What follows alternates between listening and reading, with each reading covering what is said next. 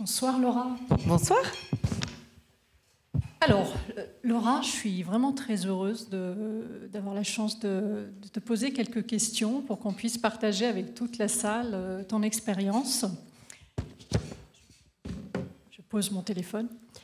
Et j'ai une première question, Laura, quelque chose qui m'a assez surpris, puisque, en fait, quand les entreprises se lancent sur le sujet diversité et inclusion, souvent, en fait, elles nomment ce qu'on appelle un directeur ou directrice diversité et inclusion.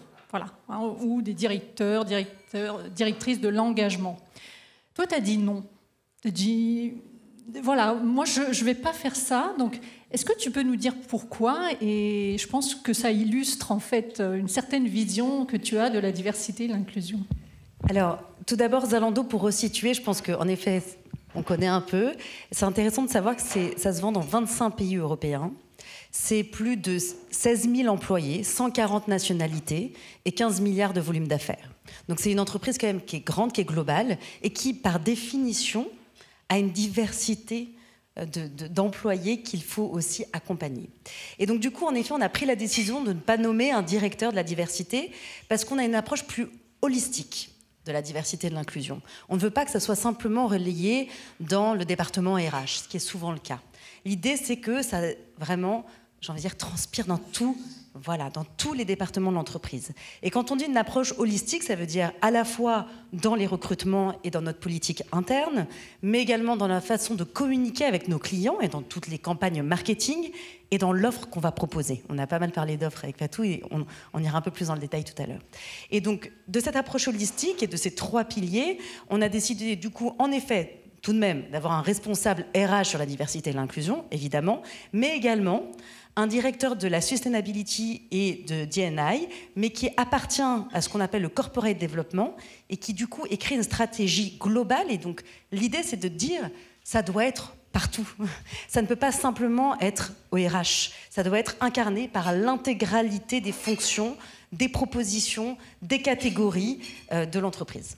Cette personne-là a défini la stratégie, mais elle gère en fait le sujet de manière très transverse avec l'ensemble des services. Et ça va bien au-delà simplement du recrutement ou d'une politique interne, ça va vraiment même dans la stratégie d'offre. Alors justement, très concrètement, que fait cette personne? Et notamment au niveau du recrutement, au niveau de la formation, au niveau aussi de la communication interne, parce que la diversité et l'inclusion, forcément, c'est un sujet qui parle, qui suscite des débats, qui suscite des questions, ne serait-ce que de savoir qu'est-ce qu'il y a derrière diversité et de quoi on parle en fait. Donc comment ça se traduit concrètement? Alors déjà très concrètement, nous on dit qu'on est inclusive by design. Donc l'idée c'est vraiment d'avoir l'inclusivité et la diversité partout. Et dans la politique interne, elle va passer déjà par des valeurs d'entreprise.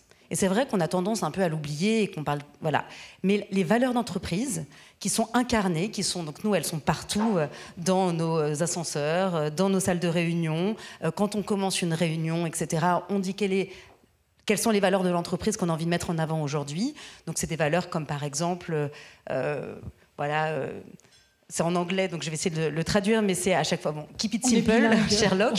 Voilà, c'est une valeur qui est très très simple, c'est dire, on est dans une entreprise qui est grande, qui est complexe, gardons les choses simples, avançons, ou de dire de toujours mettre le purpose first et l'ego en second. Voilà, c'est tout ce genre de valeurs qu'on va toujours incarner, ce qui fait qu'il y a un lien entre les différents employés et qu'à chaque fois qu'on a un projet et qu'on trouve qu'il y a une certaine déviance dans la façon de le gérer, on peut dire, mais à quel, ce qu'on appelle les OFM, Our Founding Mindset, à quel OFM tu t'associes, parce qu'on n'a pas bien compris.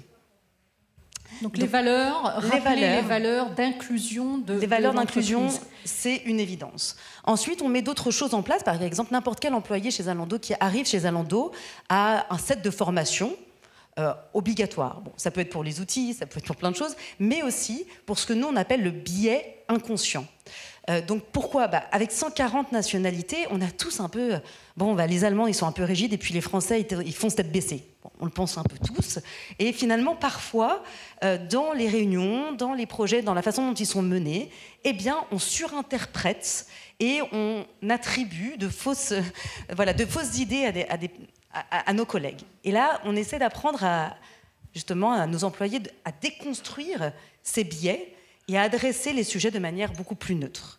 C'est ce genre d'éléments qu'on va pouvoir mettre en place en interne. Et notamment sur le recrutement, en matière de recrutement, j'imagine, parce que on sait très bien que les biais se mettent en place dans différents processus et qu'un des process les plus sensibles, c'est le recrutement, parce que c'est là où potentiellement on peut discriminer sans le savoir, en posant des questions ou en triant d'une certaine manière. Donc, d'ailleurs, petit aparté, la formation est obligatoire aujourd'hui pour toutes les entreprises de plus de 300 collaborateurs, la formation au recrutement non discriminant. Donc j'imagine que chez Zalando, c'est... Oui, tout à fait. Quand on parle de biais, de formation au biais, on parle de ça aussi. Tout à fait. Et c'est aussi se donner des objectifs. À un moment donné, si on a envie qu'une entreprise, elle incarne la diversité et l'inclusion, il faut se donner des objectifs et des ambitions un peu forte. Parce que si on joue les petits bras, forcément, il ne se passe pas grand-chose. Donc nous, par exemple, sur les femmes dans la tech, on s'est donné une ambition de recrutement de 40%. Donc 40% des femmes qui travaillent dans la tech chez Zalando, 40% des personnes qui travaillent dans la tech doivent être des femmes. Aujourd'hui, on est à 26%. Donc on n'est pas encore aux 40% espérés, mais on y travaille. Et donc ça, c'est une ambition qu'on porte tous. Et donc on s'est associé aussi avec différentes associations, notamment une à Berlin qui s'appelle Growing Women in Tech. Et on va travailler avec ces femmes qui sont encore en train de faire leur apprentissage scolaire. Et donc on va les chercher pour qu'elles fassent des stages chez nous, pour être sûr que demain elles puissent venir et qu'elles aient des opportunités intéressantes chez Zalando. Et juste pour resituer, c'est quand même 3000 personnes dans la tech chez Zalando. Donc le 40% sur 3000, voilà, c'est quand même un engagement fort de la part de l'entreprise. C'est significatif. Donc c'est le programme Zalando Growing Women in Tech. Exactement. On parle tout à l'heure. Autre question, et peut-être dernière parce que je vois que Fatou commence à me faire des signes. La question de la communication interne, justement, autour des sujets de diversité, d'inclusion, comment elle est gérée chez Zalando et notamment, quels sont les enjeux que ça implique en termes de communication interne, de communication externe, de la manière dont vous communiquez sur les produits, parce qu'on sait aussi que ça passe par là, ça passe aussi par ce qu'on renvoie aux consommateurs, ce qu'on renvoie aux collaborateurs en interne aussi de ces engagements, mais aussi ce qu'on renvoie au marché, à votre marché. Alors oui, tout à fait. Et c'est vrai que Zalando, c'est le leader européen de la mode en ligne.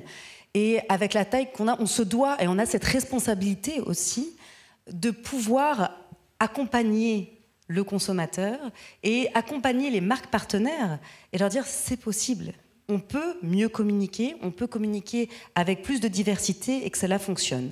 Donc dans toutes nos campagnes marketing, qu'elles soient en télé, en campagne d'affichage, on a toujours une diversité des mannequins qui sont choisis, à la fois dans leur origine ethnique, mais également dans leur taille, et c'est la force de Zalando. Et quand je dis on accompagne les partenaires, c'est-à-dire qu'on va les aider aussi à franchir le cap. Je vais donner un exemple très concret. On a fait une collection capsule avec la maison Rabanne l'année dernière. Et la maison Rabanne adore ces notions de diversité et d'inclusion, mais avait encore un petit peu de mal à l'incarner dans leur propre campagne. Et ils étaient ravis de s'associer à Zalando parce qu'ils se sont amusés à faire une sélection et à travailler avec nous sur les mannequins et les modèles parce qu'ils pouvaient aller beaucoup plus loin avec Zalando. Et l'idée, c'est de dire, allez plus loin avec nous et puis vous irez plus loin demain chez vous. Faisons étape par étape, parce qu'on sait que c'est difficile et que voilà, on ne demande pas. Il faut aussi savoir avancer étape par étape. Donc voilà, pour nous, c'est aussi une façon d'ouvrir la voie et de montrer ce qu'il est possible de faire. Pareil, dans nos mannequins qu'on choisit pour nos fiches produits, on a des mannequins de toutes les origines, de toutes les tailles. On a aussi des mannequins parfois en fauteuil roulant pour montrer aussi nos collections qu'on développe en interne. On va en parler. Donc voilà, c'est très important d'ouvrir la voie, de montrer l'exemple, puisqu'il y a comme ça finalement qu'on rendra les choses plus accessibles. Et un point intéressant aussi que j'ai trouvé intéressant, c'est l'inclusivité de vos produits. parce que je pense que c'est Yann qui en parlait tout à l'heure. On ne peut pas travailler sur l'inclusion sans... en tout cas, on ne peut pas répondre aux enjeux environnementaux sans gérer aussi les enjeux sociétaux. Et vous avez décidé aussi d'adapter à tous les portefeuilles et à toutes les différences, en fait. Oui, l'idée, c'est vraiment de pouvoir tout trouver chez Zalando, que n'importe quel client puisse trouver ce qui lui fait plaisir, ce qui lui plaît, tout en restant en mode. Donc, on a plusieurs exemples. On a par exemple la collection Walk a Mile, qui est une collection de chaussures qui va du 35 au 46, donc très diversifiée, qui peut aller du mocassin aux escarpins, aux baskets. L'idée, c'est que n'importe quelle personne qui ne rentre pas dans les standards puisse porter des chaussures qui lui plaisent et qui soient toujours mode. On va aussi travailler, par exemple, une collection de mode adaptée pour les personnes qui sont finalement avec certains handicaps ou en mobilité réduite. Et donc l'idée, c'est de dire, voilà, vous avez quand même envie de porter des produits mode. Ce n'est pas parce que, voilà, c'est plus difficile. Chez Zalando, vous pourrez trouver des produits qui correspondent à vos besoins. On va également, par exemple, ce qu'on a lancé chez Zalando, c'était suite à 2020 et Black Lives Matter.